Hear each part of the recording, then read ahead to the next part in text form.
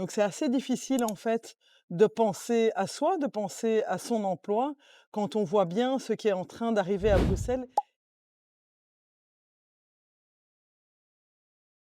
Donc du jour au lendemain, on a plus de 40 000 personnes qui vont se retrouver sans revenus et qui vont se tourner vers les CPS, vers les services sociaux, vers les distributions de colis alimentaires. Et c'est à ce même moment qu'on aurait absolument besoin d'une vision et d'une coordination politique de comment est-ce qu'on se prépare à ce qui nous arrive. Et c'est à ce moment-là qu'en fait, il n'y a pas de gouvernement, donc aucune vision. Et c'est cette non-vision qui est en train finalement d'agir sur les associations sociale bruxelloise. Ça veut dire que l'absence de vision, l'absence de décision nous fragilise. C'est parce que personne ne décide que les projets ne sont pas prolongés, que les associations ne sont pas financées. Ce qu'on voit aujourd'hui, c'est des associations et des personnes, des projets qui ne savent pas. C'est le silence. On ne sait pas pour janvier 2026. Et donc, on a des démissions et on a des fermetures d'associations qui manquent de trésorerie pour pouvoir anticiper des décisions politiques qui n'arriveraient pas à temps.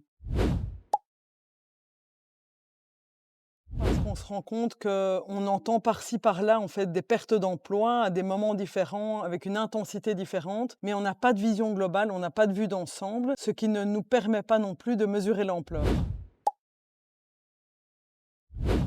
En fait, les associations, elles tiennent pour les gens. C'est un phénomène qu'on voit déjà depuis des années avec des secteurs très peu financés, comme ceux qui distribuent des colis alimentaires, qui auraient envie à un moment donné de tout arrêter pour tirer la sonnette d'alarme et pour dire au gouvernement: regardez la précarité dans nos rues. Ces associations n'y arrivent pas parce qu'elles veulent rester là pour les gens et que les gens sont à la porte. Donc c'est assez difficile en fait de penser à soi, de penser à son emploi, quand on voit bien ce qui est en train d'arriver à Bruxelles. Et surtout, on voit déjà aujourd'hui, aux portes des services sociaux, toute une série de personnes qui sont très, très inquiètes. Et donc, il y a aussi à être là pour accueillir leur inquiétude.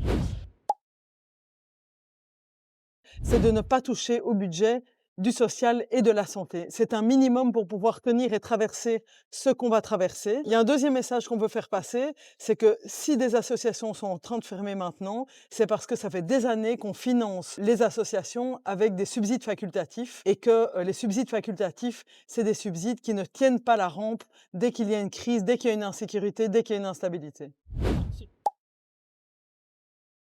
On a un monde qui s'accélère avec des problématiques qui s'enchaînent, des crises qui s'enchaînent. L'associatif est un secteur absolument incroyable pour essayer de répondre en fait aux enjeux sociaux, aux enjeux de santé, aux enjeux environnementaux, aux enjeux démocratiques. On va avoir besoin d'eux dans les années à venir et on va avoir besoin aussi de toute la créativité du secteur associatif qu'il peut encore s'autoriser aujourd'hui.